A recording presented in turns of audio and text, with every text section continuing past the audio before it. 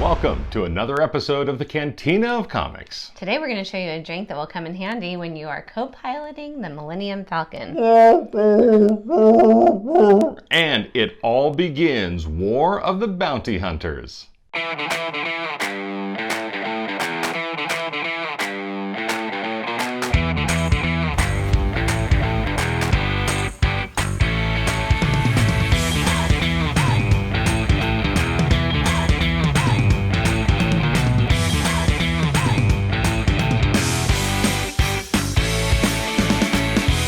Welcome to another edition of the Cantina of Comics. I'm Matt. And I'm Kristi. And today we're going to show you how to make the Wookie Woo Woo Woo! Or how would, the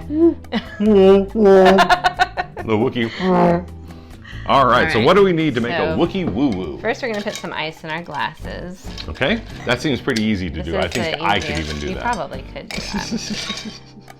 Although sometimes you have a little bit of a hard time maneuvering the little picker-uppers. So I know, it's because they put little rubber grips on them, and it's like... That should make it easier. Well, the problem is you can only get one ice cube at a time. All right.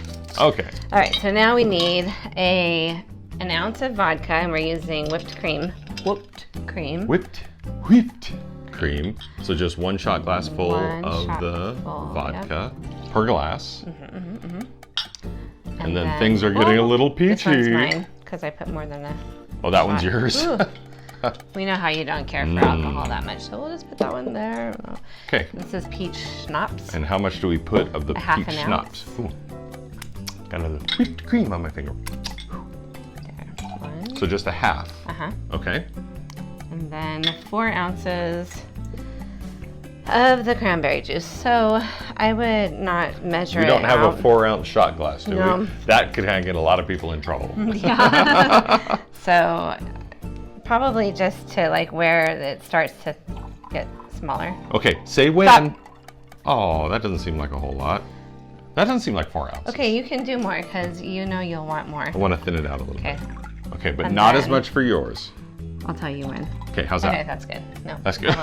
Just a little bit more. We want to make sure it tastes like the Wookie Woo Woo. Okay. So that looks good to you? All right, so just 3 ingredients basically. Your vodka, your schnapps, and your cranberry juice.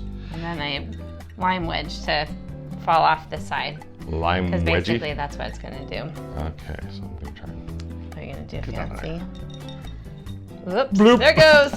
Timber. Okay. Okay, so ready? 3 ingredients, very simple to make, and it looks like it's a refreshing summertime drink, perfect for the 4th of July. Oh. And it's red. And it's red, and it's red and green. Yeah. You got one of the 3 colors. Okay, so this is a Wookie Woo Woo. Ready? You ready? Clink.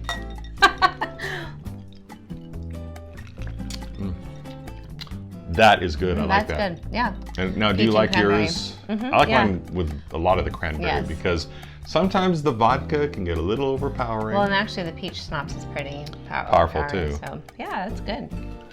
I think that's a good balance. I think mine has a good balance of the cranberry and then mixing of the alcohol. Yeah. Well, that is very nice. That's a Wookie Woo Woo, perfect for your Independence Day weekend. That's exactly right. All right. Well, coming up, we're going to talk War of the Bounty Hunters next.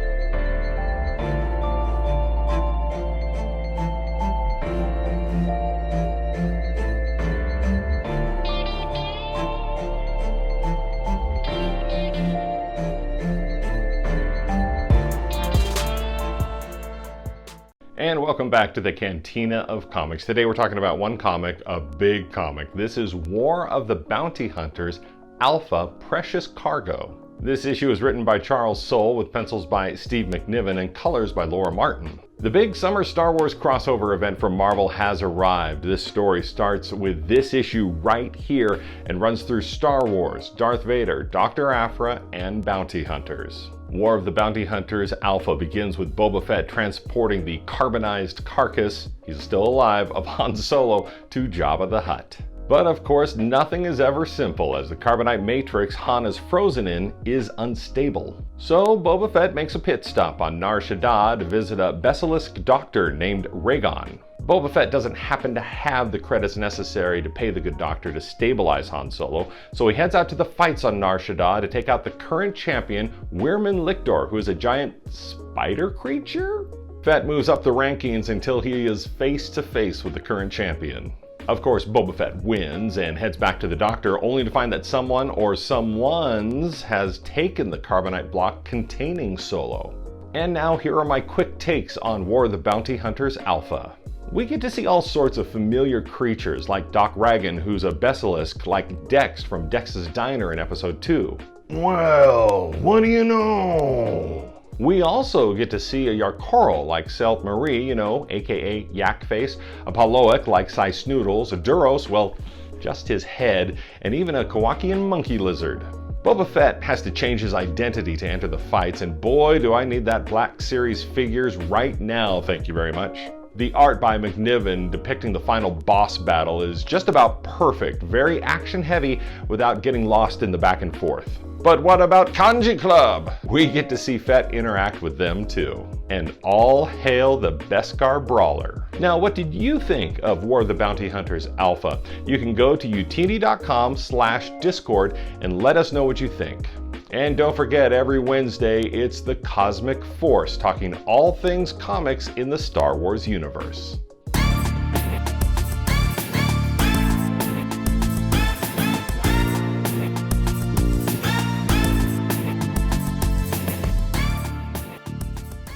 And welcome back to the Cantina of Comics. Wasn't that War of the Bounty Hunters issue Crazy. Awesome? It was crazy. It was insane. It was insane. Mind blown. All right, so we just made a Wookie Woo Woo, and we were fortunate enough to meet some Wookiees in real life. Wookiees, yeah. You tell your story. I'll tell my story first. This was at one of the various Comic-Cons, and I got to meet Peter Mayhew. It was pretty special. Of course, Chewbacca is one of those type of characters in the Star Wars universe that pretty much everybody loves. Right. He's the faithful companion. That scene in Rise of Skywalker where they tell him that Princess Leia has passed away, spoiler alert, and he just, takes it all, I'm trying to think of that one movie, it was episode 7, The Force Awakens, there it is, where he comes and gives Princess Leia a big hug, and walking carpet and all that, so there's a special connection there. But a lot of people love the character, and of course that was brought to life by Peter Mayhew, who just really did a great job interpreting Chewbacca, and then he really, held the banner high for Chewbacca. He was a great ambassador for all Wookiees all over the place and for the Star Wars brand. Would you say he was an ambassador of Kashyyyk? What? My wife with the Kashyyyk reference? Ba-boom! Microphone drop. Nice. Okay. So then a couple years ago, we also got to meet Eunice Swatamo. And who kind of took over in Force Awakens. He did all the physical stuff. The scenes where Chewbacca was sitting down was Peter Mayhew, but then he took over the role completely, 100% in The Last Jedi and then The Rise of Skywalker. Right, because Peter's health was kind of declining. Yeah, so, because when we met Peter Mayhew, he had just undergone double knee surgery. Oh, that's right. To knee replacement surgery, but his health was on the decline, and then he passed away, which was unfortunate. But Eunice really took up the mantle. Yeah. So Eunice was quite the character. He is quite the character. He's a funny guy. In one of his panels, and he was saying that I believe he was actually selling insurance at the time, but also teaching basketball or playing basketball. Playing for the national Finnish basketball team. Because he's 8'20". So. Yeah. So they got a call that they were looking for a 7-foot tall, blonde-haired, blue-eyed basketball player for a movie in Hollywood. And that was... I wonder what role that could be for. The guys, So that's how he got involved. But so actually, I put together a little bit of Wookiee trivia. Whoa! Yeah. Wookiee trivia. So I'm gonna see if I can stump you. Please have something on Life Day on there. Okay. Okay. So, how did George Lucas come up with Chewbacca? Because of his pet dog. He basically based it on his dog. Okay. We named the dog Indiana. Right, after Indiana Jones. Well, actually, Indiana Jones, yeah, that's where he came up with the idea for the name. But also because the dog was a co-pilot often in the he would sit passenger in seat the of the car car. as So, George would drive around town. Good job, Matt. Good job. Thank you. I got one. Ding. What nationality is the name Chewbacca? What nationality? Mm-hmm. Oh, like Earth nationality? Tunisian? Nope. Nope. Russian. Oh, Russian. Okay. From Sobaka, meaning dog. Oh, okay. And the term Wookiee came from a voice actor by the name of Terry McGovern doing voiceover tracks for Lucas's directorial debut THX 1138. 1138. Okay. He improvised a line and said, "I think we just ran over a Wookiee." So that's how the I think don't run over a Wookiee. I mean, your car would just. Oh. How old was Chewbacca in Star Wars: A New Hope? Star Wars: A New Hope. Okay, he was 392. No, 200. Oh, 200. Okay, I was off by 100 years. Does Chewie have a family? Yes, he does. Marta? Nope. No. His wife starts with an M though. It does. Okay. Martha. It's And then there's Itchy, who was the dad, the grandpa, and then Scrubs, his kid. No, but close. So they introduced his family on the infamous Star Wars holiday special. So bad. His wife's name was Malatabuk. Malatabuk? Okay, or And Mally. his son's name was Lumpaworo, Or also Lumpy. known as Lumpy. Oh, okay. Yep. The special also marks the first appearance of your ever-loving Boba Fett. That's right. Yeah. Lucas hated the show so much that he limited its availability following its original air date on 11/17/78. It aired one time on, I believe it was CBS, and that's it. They used like some unused footage from episode 4, and it was just trying to squeeze in. I mean, Star Wars was the most popular thing after it premiered in theaters in 1977, and when they did the holiday special in 1978, it was just trying to capitalize on the Star Wars. But there was so much not un-Star Wars stuff that was involved that it wasn't. It's a tough watch, and it's 2 hours long. Whoa. Yeah, and so they had to fill it with Harvey Korman does an alien food segment, and B. Arthur runs a cantina and sings a song.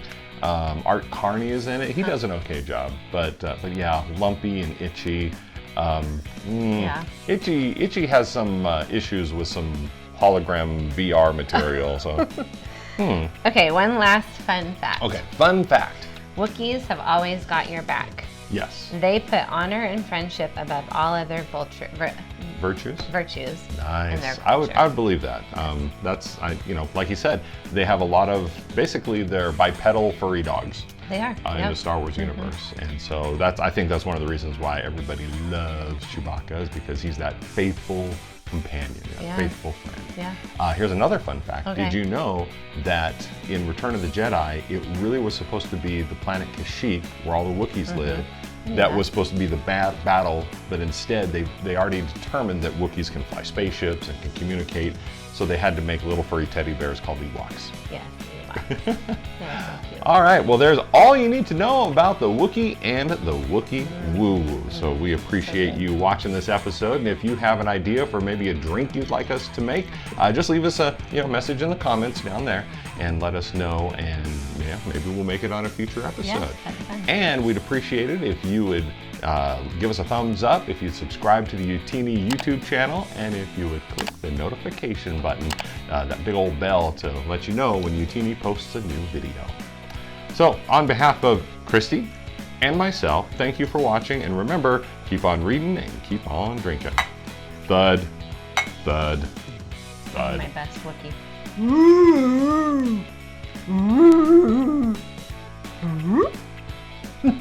That is delightful.